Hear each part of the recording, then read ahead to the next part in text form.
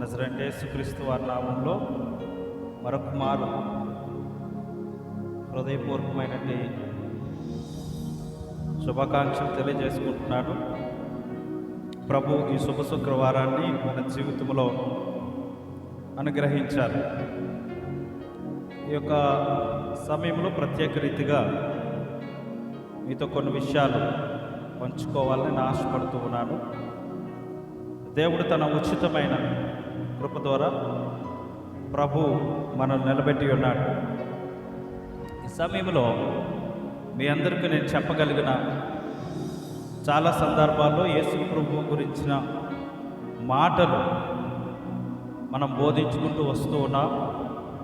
ఈ good Friday దినాన్ని ఎవరైనా మరణించినప్పుడు ఈ భూలోకంలో సహజంగా ఆ మరణం వారికి శాపముగా, ఆ మరణం వారిని కొన్ని దినాలు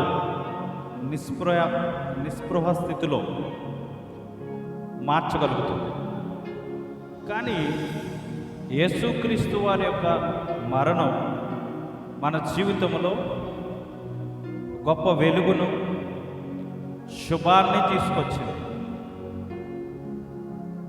ఈ శుక్రవార సమయమున ఈ ఆరాధనలో నేను మీకు కొన్ని విషయాలు యెషయా గ్రంథం ద్వారానే మీకు చెప్పాలని ఆశపడుతూ ఉన్నాను. ఇదిగో చూద్దాం దేవుని మాటలను. యేసుక్రీస్తు వారి గురించి భక్తుడైనటువంటి యెషయా రాస్తూ ఉన్నప్పుడు చాలామంది ఆ మాటలను ఇప్పుడున్న ప్రజలే కాదు, అప్పుడున్న ప్రజలు కూడా నమ్మలేదు.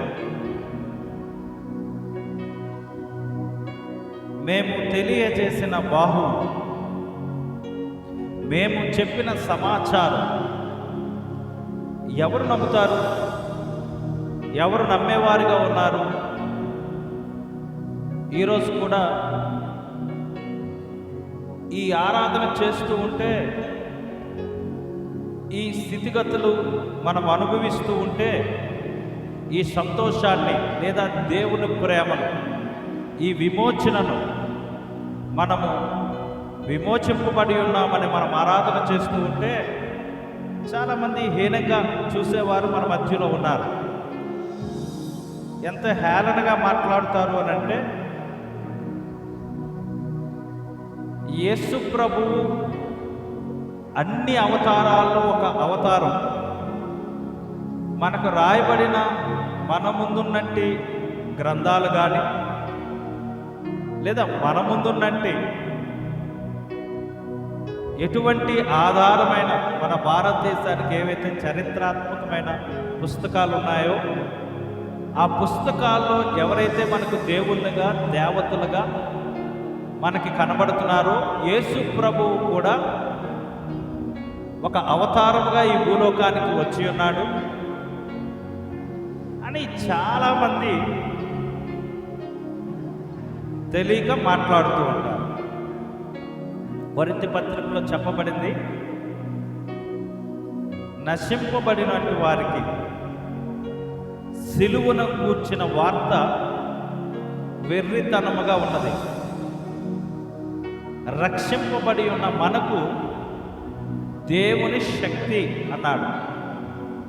వారు నశించబడినట్టు వారు అంటే వారికి తెలియజేయబడుతున్న ఈ సమాచారం ఒక కులపరంగానో, ఒక గంధ ప్రకారంగానో, లేదా వారు ఉన్న అవగాహన బట్టి వారు అర్థం చేసుకున్నట్టు వారు.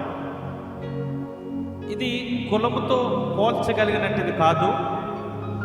మన ముందున్నట్టు నిలబడి చెప్తున్నట్టు వాడిని చూసి నేర్చుకున్నది కాదు. ఈ సమాచారం ఎవరైతే పూర్వకాలము నుండి, అనాథ కాలము నుండి కూడా చెప్పగలుగుతూ ఉందో, చెప్పబడుతూ ఉందో, ఈ సమాచారం చాలామందికి వారి యొక్క నేత్రాలు, అంటే వారు కళ్ళు కలిగినట్టు వారే కానీ వారి మనోనేత్రాలు గుడ్డుతన్మగా ఉంటున్నాయి. ఇది చెప్పేటప్పుడు వారి చెవులు సత్యమును వినడం లేదు, వారి కళ్ళు సత్యమును చూడడం లేదు. ఒక ఆయన ఉన్నాడు, ఆయన అంటాడు, మూడు మేకులు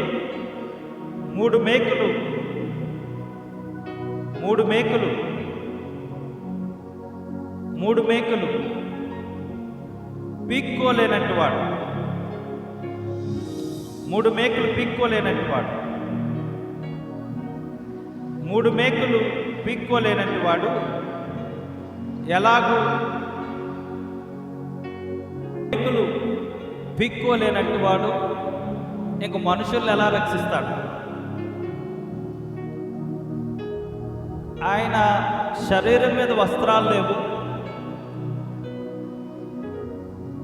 ఆయన విదేశీ మతస్థుడు, ఎంతో తప్పు చేస్తేనే కానీ, ఎంతో నేర చరిత్ర ఉంటేనే కానీ అలా చేయరు అని బండబూతులు తిడుతూ ఈ సిలువలో మూడు మేకులు పీక్కోలేనట్టు వాడు ఇంకా పాపికి విమోచన ఏమిస్తాడు అని చాలా హేళనగా మాట్లాడుతూ ఉంటారు. ఇది విదేశీ మతమని, లేదా బయట దేశాలకు మనం అమ్ముడుకుపోయామని, లేదా బయట దేశస్తులు మనకు డబ్బులు ఇస్తే మనము ఇతన్ని ఆరాధన చేస్తున్నామని చాలామంది అవహేళనగా వారి యొక్క ఆలోచన రహితం లేకుండా మాట్లాడుతూ ఉంటారు. అయితే నేను చెప్పగలిగిన మాట ఏంటంటే, ఈ శుభ శుక్రవారాన్ని యేసుక్రీస్తు వారు మన జీవితంలో ఒక సంతోషమైన దినముగా ఇచ్చారు. ఎందుకనంటే మానవుడు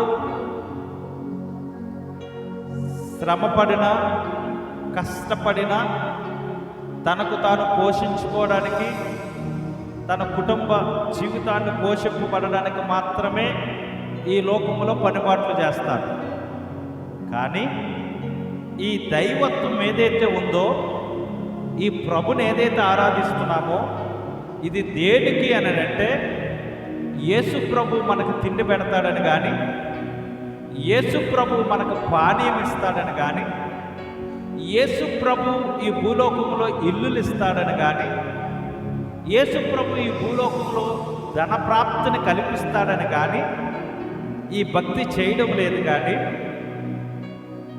ఈ బ్రతికిన 70-80 సంవత్సరాలు భూలోకంలో మన జీవితంలో మనం బ్రతుకుతాం.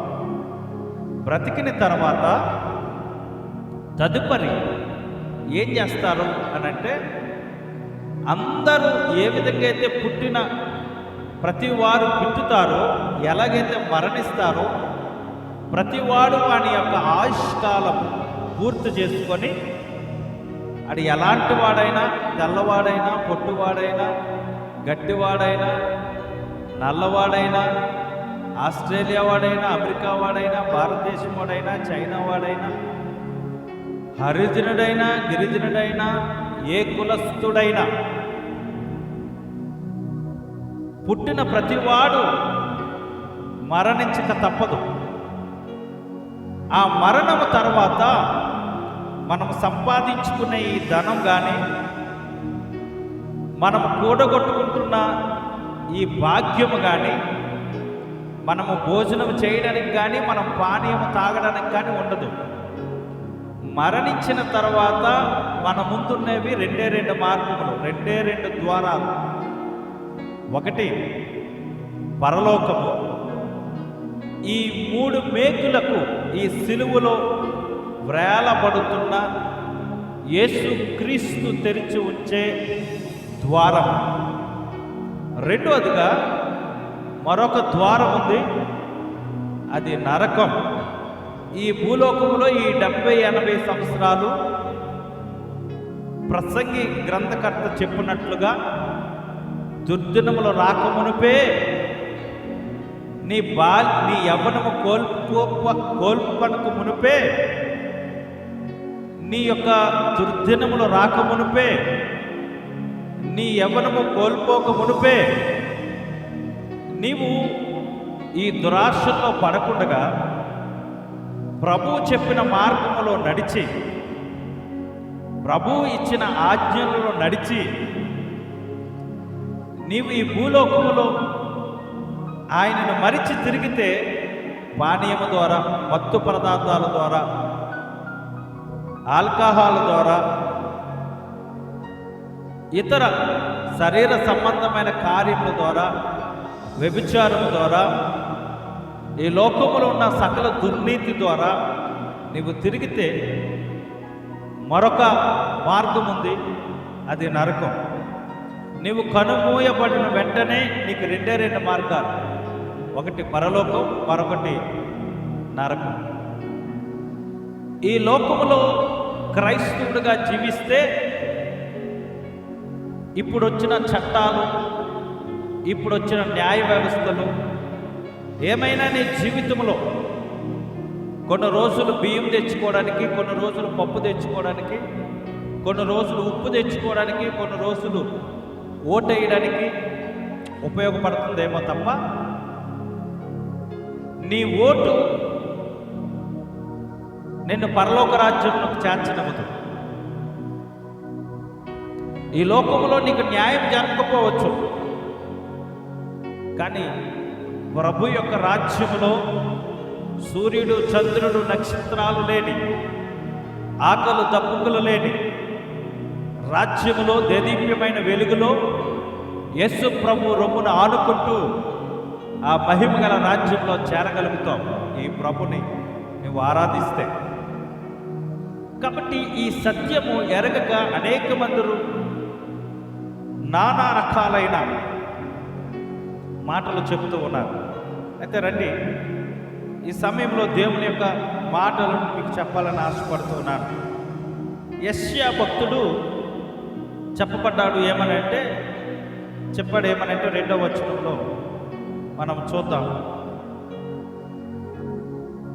లేత మొక్కవలెను ఎండిన భూమిలో మొలిచిన మొక్కవలెను అతను ఆయన ఎదుట పెరిగెను. అతనికి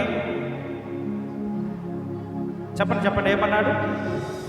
స్వరూపమైనను సొగసైనను లేదు. ఆగండి, ఇదిగో లేత మొక్క,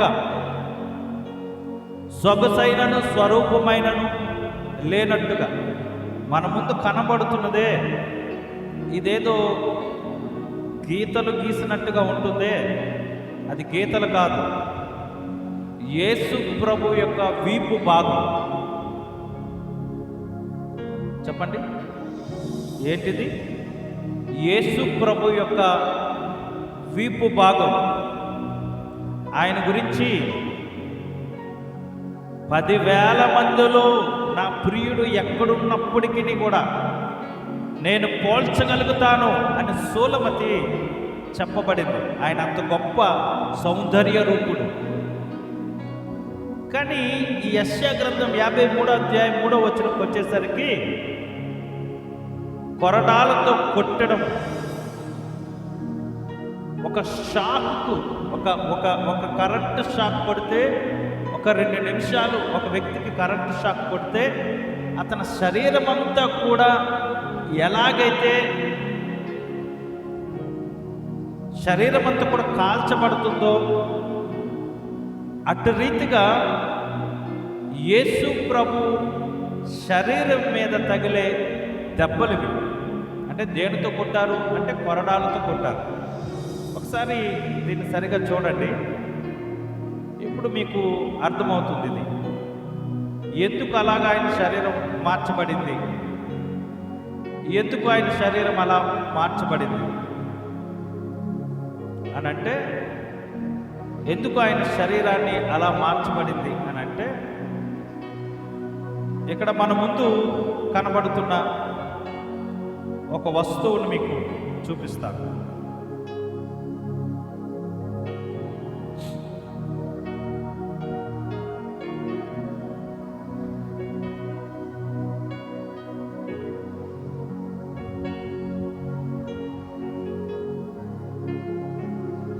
చూసారు కదా, అది రోమా సామ్రాజ్యంలో ఒక వ్యక్తిని హింసించడానికి ఆనాటి యేసు ప్రభు వారి కొరకు వాడబడిన కొరడ. చెప్పండి, ఏంటిది అది? కొరడ. యేసు ప్రభుకి వాడబడిన కొరడ. సహజంగా దైవ దూషణ చేస్తే, తప్పు చేస్తే 40 కొరడా దెబ్బలు కొడతారు. రోమా సామ్రాజ్యంలో అది ఆనవాయితీ. ఒక అపరాధం చేసినట్టు వాడు, ఒక తప్పు చేసినట్టు వాడు ఆ యొక్క సామ్రాజ్యంలో ఉన్న అధిపతుల దగ్గరికి తీసుకువెళ్తే 40 కొరడా దెబ్బలు కొట్టాలి. కానీ ప్రత్యేకంగా యేసు ప్రభు కొరకు ఈ కొరడాను సిద్ధం చేశారు. ఇదిగో మీకు ఈ కనబడుతుంది కదా, ఈ ఈ ఈ చిగుర్లు ఉన్నాయి కదా, ఇనుపు ఊసలతో తయారు చేసింది. ఈ మధ్యలో గాజు పెంకులు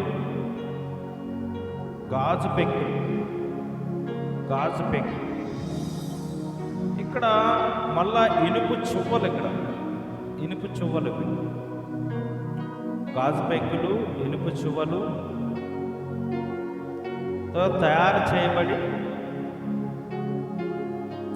చాలా శక్తివంతమైనది. యేసు ప్రభు వారిని చేతులు కట్టి యేసు ప్రభు వారిని చేతులు కట్టి యేసు ప్రభు వారిని చేతులు కట్టి యేసు ప్రభు వారిని చేతులు కట్టి యేసు ప్రభు వారిని చేతులు కట్టి యేసు ప్రభు వారిని చేతులు కట్టి ఆయన కొడుతూ ఉన్న సందర్భం, ఆయనను కొడుతూ ఉన్న సందర్భం. ఎప్పుడైతే ఆ కొరడాతో ఒకరు కొట్టడం లేదు, చాలా జాగ్రత్తగా మీరు ఆలోచన చేయండి. యేసు ప్రభు వారిని ఒకరు కొట్టడం లేదు, యేసు ప్రభు వారిని 2 వ్యక్తులు కొడుతూ ఉన్నారు. 2 కొరడాలతో ఒకడు ముందుగా కొడుతున్నాడు.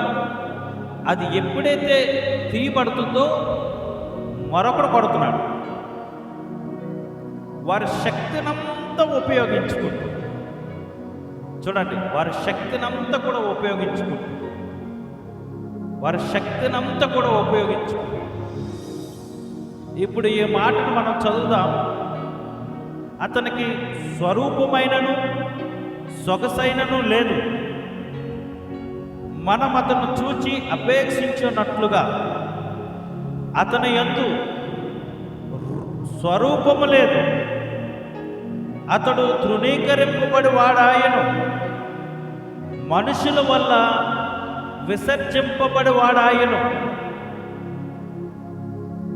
దేవుని బిడ్డలారా, యేసు క్రీస్తు వారు ఆయన శరీరం చూడండి, ఎలా చీట్లు, ఎలాగైతే ఆ గాజు పెంకులు ఇంతటి ఎండలో ఆ చెమట, ఆ రక్తం మలినమవుతూ ఉంటే చూడండి, చాలా భారభరితంగా వాళ్ళు కొడుతున్నారు. ఒక కక్షపూర్వకమైన, చూడండి, ఆ ఊసను మనం ఇంకొకసారి ఇక్కడ మనం చూడగలుగుతున్నాం. చూడండి, అది ఏ విధంగా అక్కడ ఆ ఇనుపు చువ్వలను మనం చూడగలుగుతున్నామనేది, ఆ ఇనుపు చువ్వలను మనం ఎలా చూడగలుగుతున్నామనేది ఒక్కసారి మనం చూడగలుగుతున్నాం. కాబట్టి మనం ఆలోచన చేయాలి. యేసు క్రీస్తు వారిని అలా కొడుతున్న సందర్భంలో 12 గంటలు మొదలుకొని 3 గంటల వరకు, 12 గంటలు మొదలుకొని 3 గంటల సమయం వరకు కూడా 10,000 మందిలో పోల్చదగినట్టు వాడు నా ప్రియుడు, సౌందర్యుడు. ఆయన చేతులు స్వస్థతనివ్వగలిగినాయి, ఆయన పాదములు అనేక చోట్ల నడవగలిగాయి, ఆయన కన్నులు అనేక మందికి చూపునిచ్చాయి, ఆయన కన్నులు కనికరముతో నిండుకుని ఉన్నాయి. కానీ ఆయన ఇప్పుడు దీనుడై ఎంత దీనమైన స్థితి అనంటే, ఆయన దీనత్వాన్ని గురించి నేను మీకు ఈ మాట చెప్పాలి.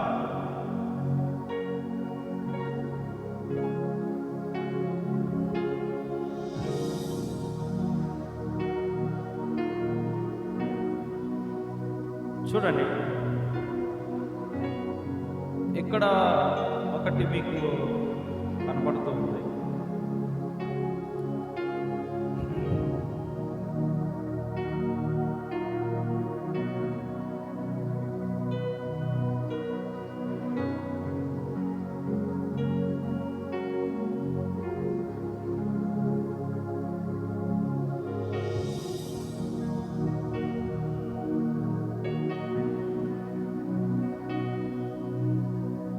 యేసు క్రీస్తు వారికి ముళ్ళు కిరీటముగా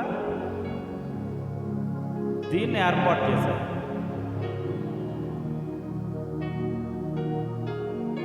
ఈ చెట్టు కూడా మనం అక్కడక్కడ చూస్తూ ఉంటాం. ఈ చెట్టును కూడా మనం చూస్తూ ఉంటాం. ఈ చెట్టుకున్న ముళ్ళు బాగా విస్తరింపబడితే అంగుళమున్నర వరకు కూడా ఉంటుంది. ఈ చెట్టు ముళ్ళును తీసి ఇలా ముళ్ళు కిరీటముగా ఆయనకు బహుకారం చేశారు. ఎందుకంటే ఆయన ఈ భూలోకంలో ఉండేటప్పుడు నేను రాజును, గత వారంలో ఆయన రాజు అని చెప్పి సియోనులో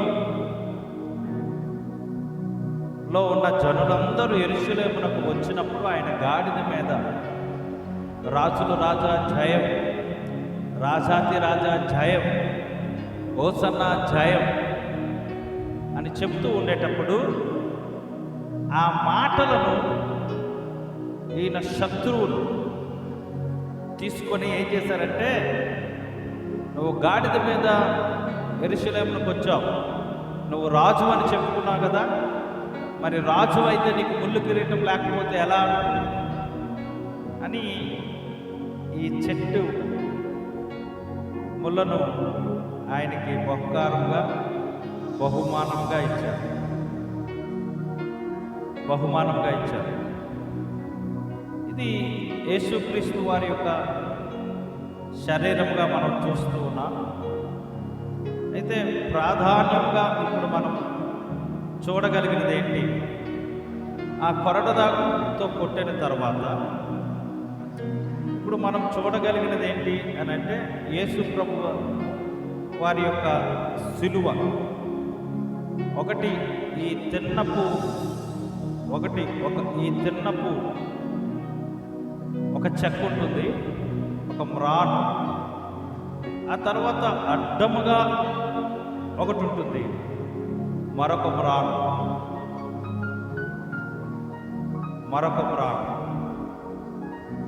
అయితే ఇది సిలువ. అయితే దీనిలో మనం నేర్చుకోవాల్సిన పాఠం ఏంటంటే, ఇక్కడ మళ్ళా ఒక చిన్న చెక్కను అమర్చారు. ఎందుకంటే యేసు ప్రభు వారు సిలువ వేయబడినప్పుడు 2 చేతులకు మేకులు కొట్టారు. అలాగే ఇక్కడ ఏదైతే ఉందో, ఇక్కడ నేను ఏదైతే చూపిస్తున్నానో,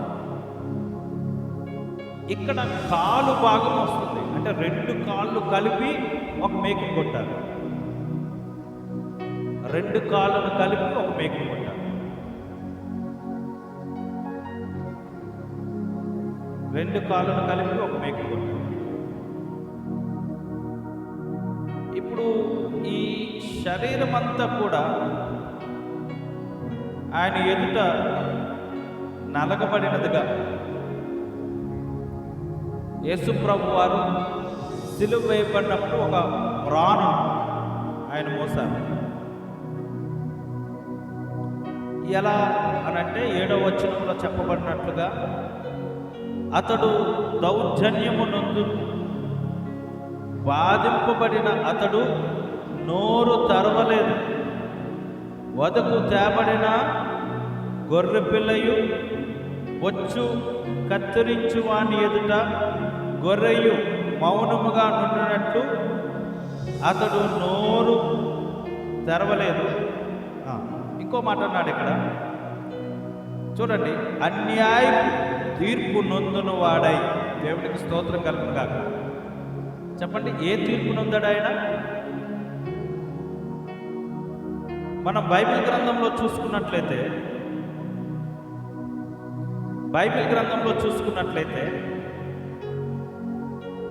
ఆ గురువారం రాత్రంతా కూడా ఆయన్ని కొరడాలతో కొట్టి కొంతమంది పెద్దల దగ్గరికి తీసుకెళ్ళారు. ఎవరెవరి దగ్గరికి? హేరోదు దగ్గరికి, పిలాతు దగ్గరికి, ఇంకా సన్హెడ్రిన్ మహాసభలో ఉన్న అధికారులందరి దగ్గరికి.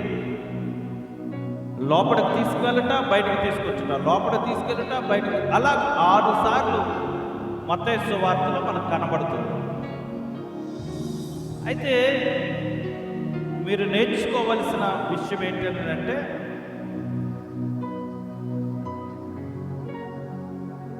మీరు తెలుసుకోవలసిన విషయం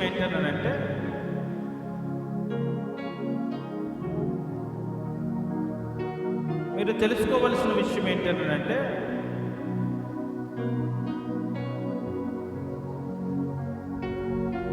ఈయన పిలాతు దగ్గరికి వెళ్ళేటప్పుడు ఒంటరిగానే ఉన్నాడు.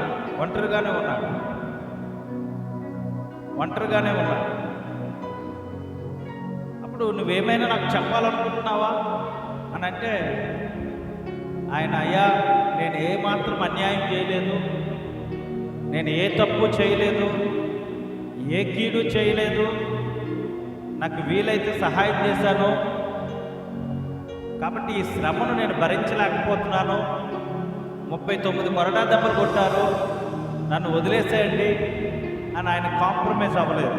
ఒకవేళ అదే స్థితిలో మనం ఉంటే మనం ఏం చేస్తామంటే, ఏ తప్పు లేని ఎందుకు కొడుతున్నారండి, ఏ తప్పు చేయలేంది నన్ను సిలువ ఎందుకు ఎక్కించాలనుకుంటున్నారు, ఏ తప్పు చేయలేంది, నేను దేవుని కుమారుని, నా శక్తి ఏంటో మీకు తెలియడం లేదు, నా బలం ఏంటో మీకు తెలియడం లేదని మనమైతే చెప్తాం. కానీ ఆయన అలా చెప్పలేదు. ఆయన ఒకవేళ ఆ మాట చెప్పుకుంటే ఆయన ఇంకో మాట కూడా అన్నాడు. ఏమనంటే, ఇదిగో పస్కా పండుగ దినాన్ని మనం ఏం చేస్తామంటే ఒక అపరాధిని లేదా ఒక నిరపరాధిగా చూసి ఒక ఖైదీని మనము వదిలేస్తాం. మీ అందరూ యేసు ప్రభుని మీరు అపరాధ భావంతో నమ్మేస్తున్నారు కాబట్టి ఈ పస్కా పండుగకు నాకు స్వతంత్రం ఉంది. నేను ఒక వ్యక్తిని, తప్పు చేసే వ్యక్తిని విడుదల చేయడానికి, కాబట్టి నేను ఆ విడుదల నేను చేస్తాను యేసు ప్రభువుని అని కూడా ఆయన నోరు తెరిచే అధికారి చెప్పాడు. కానీ చెప్పిన అక్కడున్న ప్రజలు ఏమన్నారో తెలుసా? లేదు, యేసు ప్రభువును సిలువ వేయండి, బరబ్బను మాకు విడుదల చేయండి. అదేంటి, అది నా సొంత నిర్ణయం కదా, నాకు అధికారం ఉంది కదా అని అంటే, లేదు బరబ్బా విడుదల కావాలి, యేసు ప్రభు సిలువ వేయబడాలి అని గట్టిగా కేకలేశారు. బైబిల్ గ్రంథంలో చెప్పబడింది, వారి కేకలే వారిని గెలిపించాయని. నిజమే, అన్యాయానికి కేక ఎక్కువ, న్యాయానికి మాట తక్కువ. ఈరోజు ఈ గుడ్ ఫ్రైడే దినాన్ని మనం నేర్చుకోవలసిన ఈ పాఠం ఏంటంటే, అన్యాయపు తీర్పు పొందిన యేసుక్రీస్తు వారు మరణాన్ని ఆహ్వానించారు. ఆయనే మరణాన్ని ఆహ్వానించారు. నేను మరణిస్తేనే కానీ మీరు బ్రతకరు, నేను మరణిస్తేనే కానీ జీవం మీకు రాదు. యేసుక్రీస్తు వారు సువార్తలో చెప్పారు, ఏమనంటే గోధుమ గింజ విత్తబడి అది చచ్చినది అయితేనే కానీ అది మరలా ఏమవుతుందంటే భూమిలో మొలకెత్తదు. ఏదైనా ఒక విత్తనము భూమిలో పడిన తర్వాత అది చచ్చినదై మరలా అది మొలకెత్తుతుంది. యేసుక్రీస్తు వారు మన అపరాధ భావముల గురించి ఆయన మరణించారు. ఆ మరణం ఈరోజు మనకేమిస్తుందనంటే సమాధానం ఇచ్చింది. ఆ మరణం మనకేమిచ్చింది అని అంటే శ్రేష్టమైన జీవితాన్ని ఇచ్చింది. ఆ మరణం ఈరోజు ఏమిచ్చిందనంటే దేవుని బిడ్డలుగా, ఆయన వారసులుగా మనల్ని చేసింది. ఈ బైబిల్ గ్రంథం సర్వ ప్రజలకు సత్య సువార్తను అందించింది. అందుకే యేసుక్రీస్తు నమ్ముకున్న ఈ భారతదేశంలోకి అనేక మంది మిషనరీలు వచ్చారు. అనేక మంది మిషనరీలు వచ్చారు. అనేక మంది మిషనరీలు వచ్చారు. యేసు ప్రభువును గూర్చిన తెలుసుకున్న ఆ ప్రేమను బట్టి, ఆయన చేసిన సిలువ త్యాగాన్ని బట్టి, సిలువ త్యాగాన్ని బట్టి అనేక మంది సువార్త చెప్పడానికి మన భారతదేశానికి వచ్చారు. మొట్టమొదటిగా యేసుక్రీస్తు శిష్యుల్లో తోమా అనబడే ఒక వ్యక్తి, ఒక అపోస్తలుడు యేసు ప్రభును కల్లారా చూసి యేసు ప్రభు చేత పాదాలు కడిగించుకొని యేసు ప్రభుతో తిరిగి ఆయన శిలువ పునరుత్థానాన్ని మోసుకొని తోమా అనే వ్యక్తి మన భారతదేశంలోకి వచ్చాడు. మన భారతదేశానికి వచ్చాడు. మద్రాసు పట్టణానికి వచ్చాడు. యేసు ప్రభు సువార్తను చెప్పాడు. యేసు ప్రభు బోధన చెప్పాడు. మరొక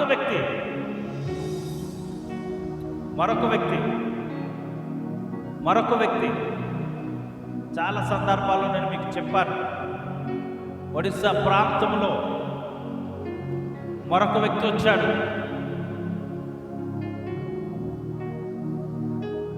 గ్రహం స్టీన్ అనే వ్యక్తి వచ్చి తన 3 పిల్లలను తన భార్యతో పాటు ఆ ఒడిస్సా అడవులలో జీవిస్తూ యేసు ప్రభు సువార్తను చెప్పడానికి వచ్చారు. వచ్చినప్పుడు కొంతమంది దుష్ట శక్తులు, వారి తండ్రిని వాడే ప్రేమించేవాడు కాదు, వారి తల్లిని వారే ప్రేమించేవాడు కాదు. కానీ ఏం జరిగింది అనంటే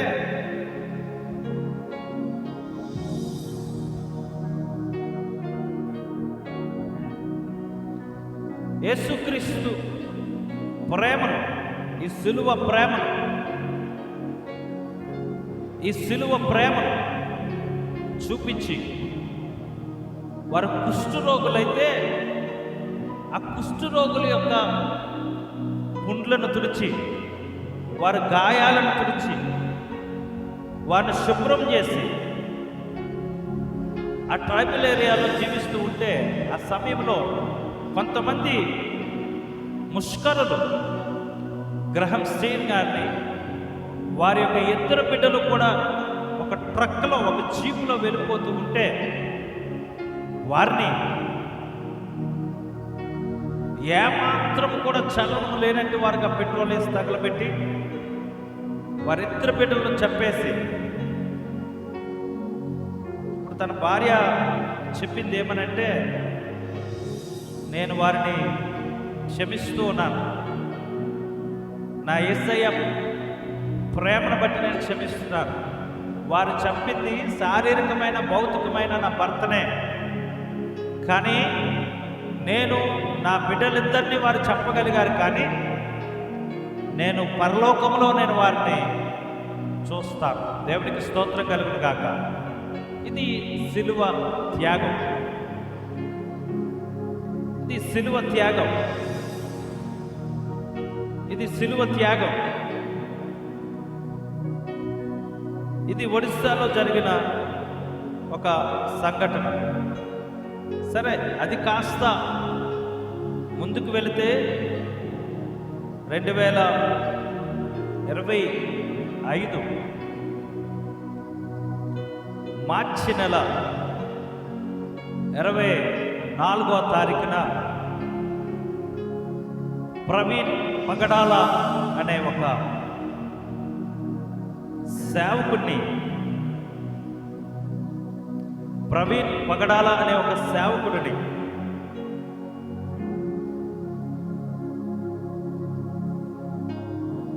ప్రవీణ్ పగడాల అనే ఒక సేవకుడిని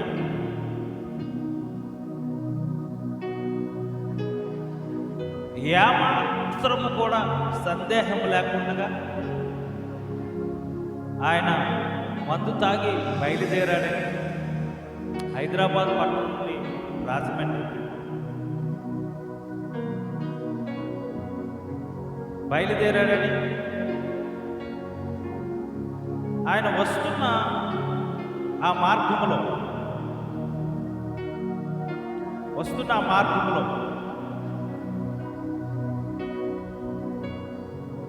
ఆయనకు ఆయనే పడిపోయి మరణించాడని చెప్పి గత సంవత్సరంలో వారు నిందారోపణ చేసి ఒక మంచి వ్యక్తిని చెప్పేశారు. ఆయన మరణము ద్వారా అనేక మంది సేవకులు, పాస్టర్లు, దూరంగా ఉన్నట్టు వారందరూ కూడా ఒక్కటై ఐక్యతను పొందుకొని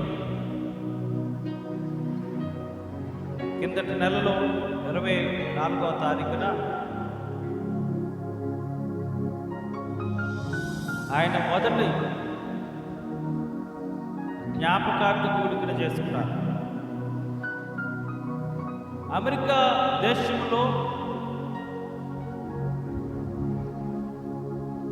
క్రిక్ అనే ఒక వ్యక్తి యేసు ప్రభు యొక్క మాటలు చెబుతూ ఉంటే, యేసు ప్రభు యొక్క సువార్త చెబుతూ ఉంటే, ఆయన వాక్యం బోధిస్తున్న సమయంలో ఒక ముష్కరుడు దూరం నుండి గన్ పెట్టి ఆయన మెడ మీద తగిలేటట్టుగా కాల్చి చంపేశారు. ఎందుకు అనంటే, కేవలం యేసు ప్రభు సువార్త చెప్తున్నాడనే ఒక జ్ఞానవంతుడు.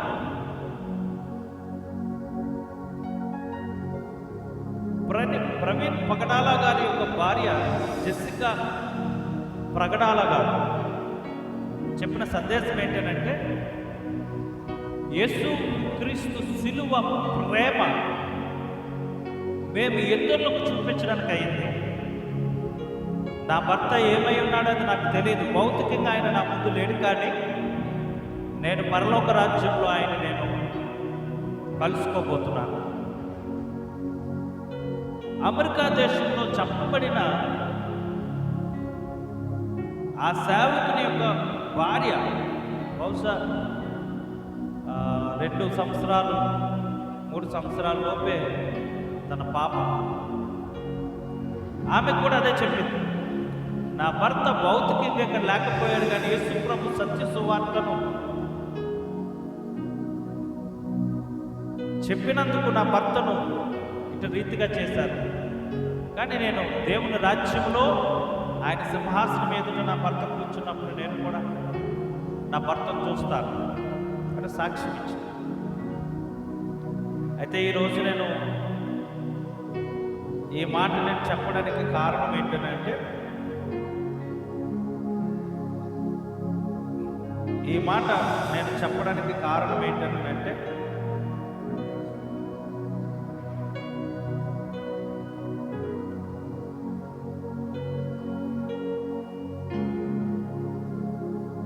ఈ మాట చెప్పడానికి కారణం ఏంటంటే, యేసుక్రీస్తు సువార్త, యేసుక్రీస్తు యొక్క సువార్త విన్న తర్వాత ఎంతో మిషనరీలు మన భారతదేశానికి వచ్చి హాస్పిటల్స్ పెట్టారు. యేసు ప్రభు సువార్త విన్న తర్వాత వారి శిష్యులు వచ్చి, మిషనరీలు వచ్చి స్కూల్స్ పెట్టారు, విద్యను అందించారు. ప్రభుత్వాలను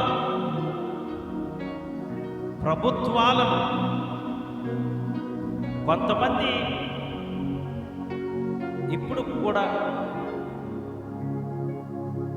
ఆ మిషనరీల ద్వారా ఆ సంస్థల్లో చదువుకున్నట్టు వారు ఇప్పుడు కూడా చాలామంది నాయకులయ్యారు. అయితే ఈ స్కూల్స్ పెట్టినట్టు వారు కానీ, హాస్పిటల్స్ పెట్టినట్టు వారు కానీ, వీరెవరు మతము మార్చడానికి ఇక్కడికి రాలేదు, కానీ మనసును మార్చడానికి మాత్రమే వారు ప్రయత్నం చేశారు. చెప్పండి, ఏది మార్చడానికి ప్రయత్నం చేశారు? అందరూ చెప్పాలి, ఏది మార్చడానికి ప్రయత్నం చేశారు? మతమును కాదు, మనస్సును. చెప్పండి, ఏది మార్చారు? మనస్సును, బుద్ధిని మార్చారు, జ్ఞాన హృదయాన్ని వారు నేర్పించారు. అయితే నేను చెప్పగలిగింది, ఈ రాజు, ఈ ప్రభు దీనుడై ఈ భూలోకానికి వచ్చి ఉన్న యేసుక్రీస్తు వారు, ఆయన ఈ భూలోకమును ఎంతో ప్రేమించాడు. దేవుని ప్రేమ తన కుమారుని ఈ భూలోకంలోకి అప్పచెప్పింది వారి పాపముల కొరకు, వారి శాపముల కొరకు. ఇటువంటి ప్రేమ నీ తండ్రి కోసమో, నీ తల్లి కోసమో, నీ అన్నదమ్ముల కోసమో, నీ బిడ్డల కోసమో నువ్వు చేయలేవు. ఎంతవరకు చేయగలుగుతావు? కొంతవరకు మాత్రమే. కానీ ఈ ప్రేమ ప్రాణం పోయినంతగా నిన్ను ప్రేమించింది, ప్రాణం పెట్టినంతగా నిన్ను ప్రేమించింది. నీ కొరకు ఆయన ప్రేమను ధారాళముగా ఆయన ప్రేమను నీ కొరకు చూపించాడు. ఈ ప్రేమను నిరాకరిస్తున్నావు.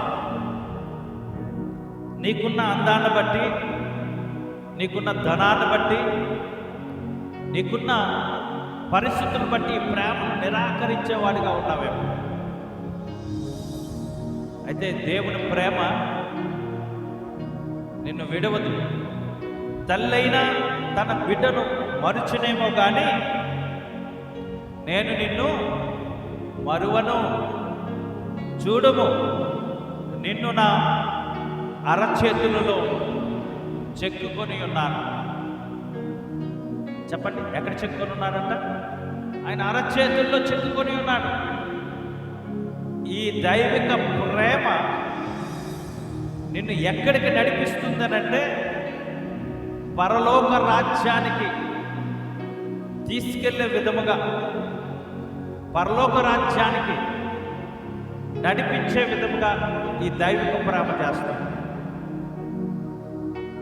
ఈరోజు యేసు ప్రభు మరణించిన దినమని మనం కన్నీరు కాలుస్తేనో, లేదా దిగాలుగా కూర్చుంటేనో, లేదా మరొకటి ఏది చేసినా ఇవన్నీ మంచిదే. కానీ నేను చెప్పగలిగిన మాట ఏంటంటే, ఒకవేళ మన ముందున్న చట్టాలు, మన ముందున్న ప్రభుత్వాలు, చివరిగా నేను ఈ మాట చెప్పి నేను ముగిస్తాను. ఎలా మార్చబడ్డాయంటే, మీరు క్రైస్తవుడు అయితే, ఈ మాట ఇప్పటి నుంచి వచ్చేది కాదు, చాలా నా ముందున్న సేవకులు కూడా చాలామంది చెప్పారు. మళ్ళా ఇది ఇప్పుడు మళ్ళా జరుగుతూ ఉంది. నువ్వు క్రైస్తవుడు అయితే నీకు బియ్యం ఇవ్వం. నువ్వు క్రైస్తవుడు అయితే నువ్వు ఓటేసే హక్కు నీకు లేదు. నువ్వు క్రైస్తవుడు అయితే క్రైస్తవ జీవితం జీవిస్తే నువ్వు పోలీస్ స్టేషన్కి వెళ్ళినా, పోలీస్ స్టేషన్లో నువ్వు కంప్లైంట్ ఇచ్చినా, నీ కంప్లైంట్ తీసుకునే దానికి మేము అర్హులం కాదు. నువ్వు చేసిన తప్పేంటంటే విదేశీ మతాన్ని నీవు స్వీకరిస్తున్నావు, విదేశీ తత్వానికి నువ్వు అమ్ముడుకుపోతున్నావు అని కొత్తగా ఒక చట్టాన్ని, ఈ చట్టం కోసమే ప్రవీణ్ పగడాలా గారు సుప్రీంకోర్టులో వాదించారు. వాదిస్తే ఈ జ్ఞానవంతుడు ఈ సుప్రీంకోర్టులో వాదించడం వల్ల మనం ఈ చట్టం తీసుకొద్దాం అనుకుంటున్నాం, కానీ ఆ చట్టాన్ని మనము చెయ్యలేకపోతున్నాం అని చెప్పి, కేవలం ఆయన మరణించాడు కానీ ఆయన మరణం వెనుకున్న సాక్ష్యాలు ఎవరికి దొరకలేదు. కానీ ముద్ర వేసింది ఒక త్రాగి మద్యం సేవించి బండి నడుపుతూ ఉండగా చనిపోయాడు. ఆయన చనిపోయిన రోజునే మార్చి 24వ తారీఖునే ఈ చట్ట నివారణ జరిగింది. ఏంటంటే క్రైస్తవుడుగా ఉన్నట్టు వాడికి ఎస్సీ అనుకోవడానికి లేదు, మీకు ఎస్సీ కులం వర్తించదు, ఎస్సీ కులాల్లో ఉన్న రాయితీలు వర్తించదు అని చెప్పి పార్లమెంట్లో ఒక బిల్లును పాస్ చేశారు. నేను చెప్పగలుగుతాను ఈ మాట. దేవుణ్ణి నమ్ముకుంటే ఆకలి దప్పులతో చచ్చిపోవాలి, శ్రమలు వస్తాయి, దానియేలు సింహం గోనులో పడేసినట్టుగా పడేస్తారు, శత్రుఘ్ మేషక్ అబేద్నెగోలను అగ్నిగుండంలో పడేసినట్టు పడేస్తారు, పౌలు శీలను కాళ్ళు చేతులు కట్టి బందీలుగా ఉంచారు, అలా బంధిస్తారు అని బైబిల్లో చదువుకున్నా. కానీ ఇప్పుడు ఆ చట్ట సవరణ ఇప్పుడు ప్రస్తుతానికి మన భారతదేశంలో మాత్రం వచ్చేసింది. మన భారతదేశంలో కొన్ని రాష్ట్రాలకు లేవు, కానీ ప్రత్యేక రీతిగా మన ఆంధ్రప్రదేశ్లో ఉన్న 2 రాష్ట్రాలకు వచ్చేసాయి. ఇప్పుడు నేను చెప్పగలిగిన మాట ఏంటంటే, ఇప్పుడు ఆకలితో ఉండైనా యేసు ప్రభుని ఆరాధించగలుగుతావా? ఒకవైపు మరణిస్తూనే జీవాన్ని ఇచ్చాడు మన ప్రభువారు. ఈ మరణములో ఉన్న జీవాన్ని పొందుకుంటావా, లేదా జీవిస్తూ మరణాన్ని పొందుకుంటావా? యేసు ప్రభు సువార్తలో, మత్తయి సువార్తలో వస్త్రములు విలువైనవి కాదు, వస్త్రముల కంటే దేహము విలువైనది అన్నాడు. దేహము విలువైనది కాదు, దేహము కంటే ఆత్మ విలువైనది అన్నాడు. వస్త్రాలు లేకపోయినా పర్వాలేదు, దేహం ఉంటే చాలు. దేహము లేకపోయినా పర్వాలేదు, ఆత్మ చంపబడకుండా ఉంటే చాలు. దేహం ఎలాగా చంపబడుతుంది, కానీ ఆత్మను చంపే దేవునికి భయపడతావా, దేహాన్ని చంపే మనుషులకు భయపడతావా? ఈరోజు మన ముందు ప్రదర్శింపబడుతున్నట్టే ఈ కథనం, మన ముందు ప్రదర్శింపబడుతున్నట్టు ఈ కథనం దేహాన్ని చంపగలుగుతున్నారు, కానీ ఆత్మను చంపలేరు. ఈ చట్ట సవరణ ద్వారా దేహాన్ని శిక్షలోకి వేస్తారు. ఇంకా మనం ఎలా కూర్చున్నాం కదా ఇప్పుడు సౌఖ్యంగా, ఈ ఇప్పటికే చాలా ఘోరాలు అక్కడక్కడ జరిగిపోతూ ఉంటాయి. వాటికి చట్ట సవరణ వచ్చిన తర్వాత ఈ గుడ్ ఫ్రైడేను ఆటంకపరిచే పరిస్థితులు అనేక చోట్ల అప్పుడే జరిగిపోతూ ఉంటాయి. ఈ మీటింగ్ ముగించుకొని మనం న్యూస్ చూస్తే రేపు ఈ టైం కల్లా ఎన్ని చర్చిలు కోలుకుంటారు, ఎన్ని చర్చిల్లోకి దాడులు చేశారు.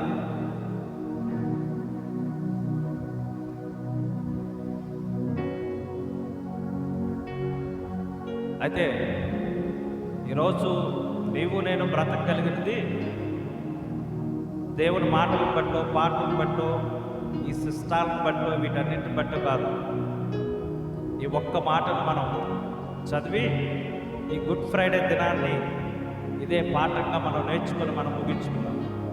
మార్కు సువార్త అందరూ తీసి చదవండి. మార్కు సువార్త 14వ అధ్యాయం 16వ అధ్యాయం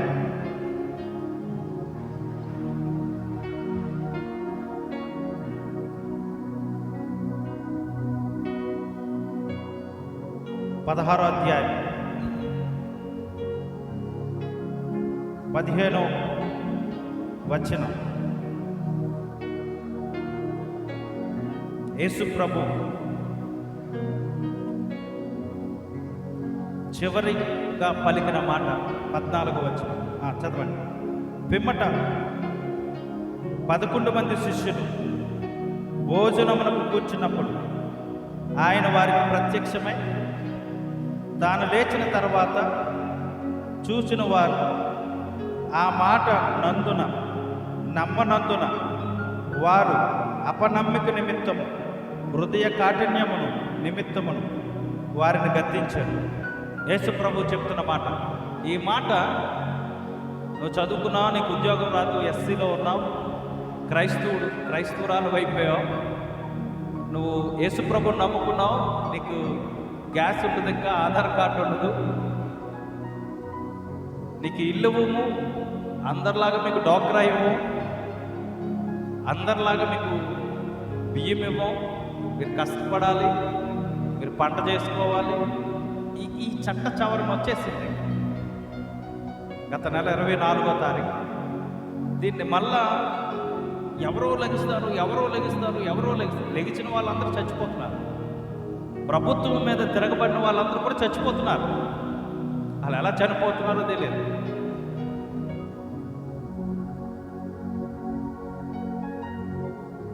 అది గన్ షాట్కి గురవుతారా, యాక్సిడెంట్కి గురవుతారా,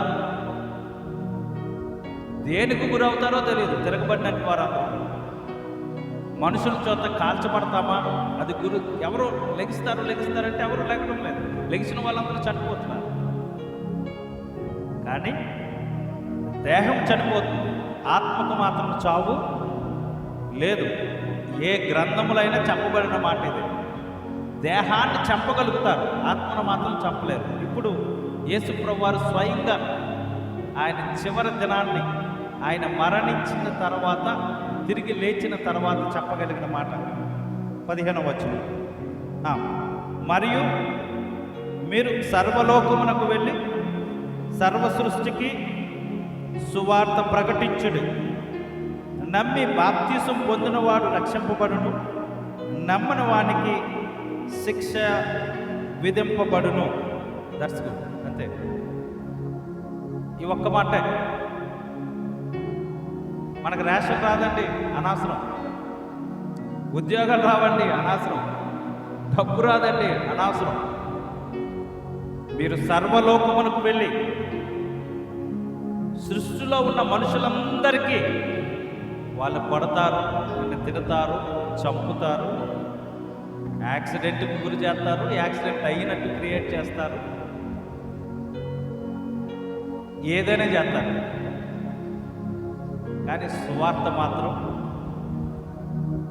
ఆపకు. ఎందుకనంటే నీ కోసం ఈ ప్రేమ తలవాల్చింది. నీ కొరకు ఈ ప్రేమ తలవాల్చింది కలవరగిరిలో. నీ కొరకు ఈ ప్రేమ నీ కొరకు మరణించింది కలవరగిరిలో. 12 గంటలు మొదలుకొని 3 గంటల వరకు తండ్రి చిత్తము నెరవేర్చుటకు, తండ్రి చిత్తము జరిగించుటకు మాత్రమే. దానిలో నీవు నేను కూడా ఏకత్వమై ఉన్నాం. దానిలో నీవు నేను కూడా ఏకత్వమై ఉన్నాం. నువ్వు రూపింపబడకముందే, నువ్వు పిండముగా రూపింపబడకముందే నీ కొరకు ఈయన జీవజలపు దారలు ప్రవాహం చేసినట్టు ఈయన, జీవజలపు ఓటలు ఇచ్చినట్టు ఈయన నీ కొరకు నా కొరకు తప్పకున్నాడు. నీ కొరకు నా కొరకు తప్పకున్నాడు. ఆయన తప్పికేటప్పుడు తెలుసా, శారీరకమైన దప్పిక కాదు, నశించిన దానిని వెదుకు రక్షించటే ఆయన దప్పుకొని ఉన్నాడు. దేవునికి స్తోత్రం కలుగును గాక. ఆయన దప్పిక సర్వలోకానికి వెళ్ళి సువార్త చెప్పడమే ఆయన దాహం. ఈరోజు నీవు నేను ఆయన దాహాన్ని తీర్చేవారుగా ఉన్నామా? అలా ఉండగలిగితే ప్రభు ఈ లోకములో ధన్యులుగాను, పరలోక రాజ్యంలో స్థిరులుగాను చేస్తారు. ఒకవేళ ఈ లోకములో దీనత్వం కలిగి ఉన్న ఆయనలాగే, ఆయనంత శ్రమలు మనం పొందకపోయినా గ్రహం సింగ్ లాగానో, ప్రవీణ్ పగడాలాగానో, మరొక ఆయనలాగానో, మరొక ఆయనలాగానో, భక్తులలాగానో, శిష్యుల్లాగానో తలకిందులుగా సింహాల బోనులు, అగ్నిగుండములు మనల్ని పడవేసిన ఆయన కొరకు నిలబడి ఆయన సువార్త దప్పుకుని మనం తీర్చగలిగితే, అబ్రహాము రొమ్మున లాజరు ఆనుకున్నట్లుగా నీవు నేను మన తండ్రి సింహాసనం ఎదుట కూర్చుందము గాక. అంటే ధన్యతను మనం పొందుకుందాం. దేవుడి కొద్ది మాటలు దీవించును గాక. ఆమేన్. మహాపరిశుద్ధుడ పరలోకమందున్న మా తండ్రి, నీ ప్రేమ మమ్మలను బలపరిచి, నీ దయగల హస్తాలతో మమ్మలను జ్ఞాపకం చేసుకుని, నీవు తప్ప మాకు వేరే ఆశ్రయం లేదు. ఎన్ని రకాలైన శోధనలు, బాధలు, వేదనలు వచ్చినా నీవే మాకు రక్షకుడువు, నీవే మా పోషకుడు. కలువరిగిరిలో నీవు చేసిన ఈ శిలువ త్యాగం, మీ దప్పుకును మేము తీర్చడానికి మేము సిద్ధపడుతూ ఉన్నాము. నేటి దినము నుండి మీకు దప్పుక తీర్చే యుద్ధ భూములో యుద్ధ సైనికుడిగా మమ్మల్ని అభిషేకించమని నజరేయుడైన యేసుక్రీస్తు నామములో బ్రతిమాలు వేడుకుంటున్నాను పరమ తండ్రి.